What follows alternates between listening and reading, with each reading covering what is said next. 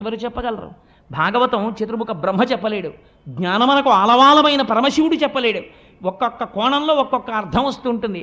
కానీ వివిధ జనుల వలన వినినంత కనినంత మహాపండితులైనటువంటి వారి దగ్గర నేను విన్నది చదువుకున్నది ఏదుందో దాన్ని, నాకు అర్థమైన దాన్ని, నాకు శారదాదేవి ఏమి కృప చేసిందో దాన్ని నేను చెప్పుకుంటున్నాను అన్నారు.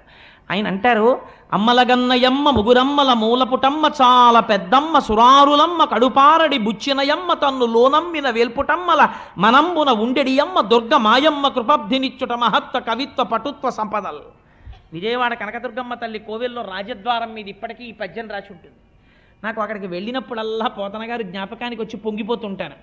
ఆయన అంటారు, అమ్మలగన్నయమ్మ ముగురమ్మల మూలపుటమ్మ. ఈ పద్యం పైకి ఒకలా కనపడుతుందండి, కానీ మీకు నేను ఒక రహస్యం చెప్తున్నాను ఇవాళ.